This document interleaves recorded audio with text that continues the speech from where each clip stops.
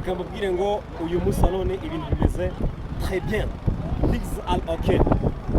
Abantu benshi bagiye bambaza ngo isaha ahantu hari umutekano ngo ibintu ntabwo bitizewe, ariko ndagira ngo mbwire ngo umuntu uza agaciro ko gukora ugahembwa utambuwe niyo wakubwira uburyo umutekano uri kubikoramo, kandi byose turabikesha intare za Sarambwe.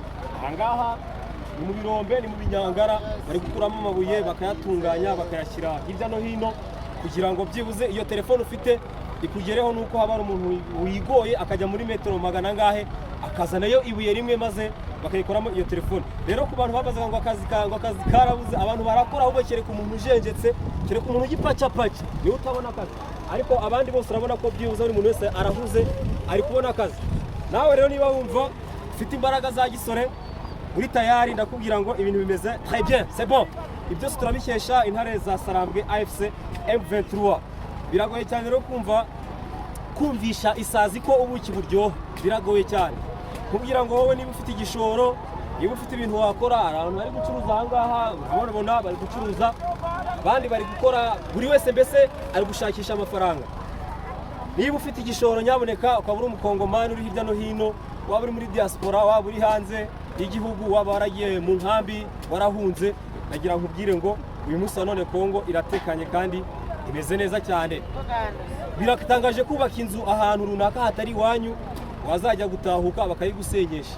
Uwayi no utazi kubaka nk'ahara hakurya ari amazu se, hariya ni amazu, kandi urabona ko ibikorwa remezo ahangaha biracyakenewe, haracyakenewe abantu baza kugira ngo bateze igihugu cyacu imbere. Rero nawe niba uzi kuri umukongomani ukaba utewe ishema no kuba uri umukongomani, biguma hanze, biguma iyo ngiyo, witeza imbere ibihugu by'abandi, n'ikiwacu kigikeneye kuba cyatera imbere ahubwo yaruguze. Rero abantu babazaga akazi, hano akazi ni kenshi karatandukanye, ahubwo byaterwa n'aho ushoboye, n'aho ufitiye ubushobozi, n'aho ufitiye ubumenyi. Abantu bari hano benshi barafungutse mu mutwe, barikorera amafaranga. Mbere barakoraga bakamburwa, ariko uyu munsi wa none barakora bagahembwa, aguze gutanga umusoro ku gihugu cyawe, wakoze wunjije inyungu ukanasura. Ibintu bimeze neza cyane. Reka mbabwire rero ngo umunsi rero murikora ko hamwe n'umujene wanjye n'abandi basore hano barahari, mumeze neza se? Ni sana makenga, ariko ngo ibintu abikora fresh. Umutekano ni wose nabibi. Ariko hari abantu bakibaza ngo akazi karabuze, abo bantu bababwira abantu bavuga ngo akazi karabuze ari mu binyangara.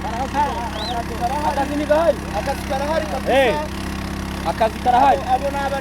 Abo ni abanebwe abapacapaca kabisa. Ubona icyo kunyuka kinywa, wakoze ukabona ifaranga, akateri kakaboneka nabi. hanyuma se ngo murahembwa, ngo bakabambura, ngo ubundi bakayabaka. Ibyo sigari by'abazarendo, ibyo by'abazarendo ubu nta kibazo cy'umutekano.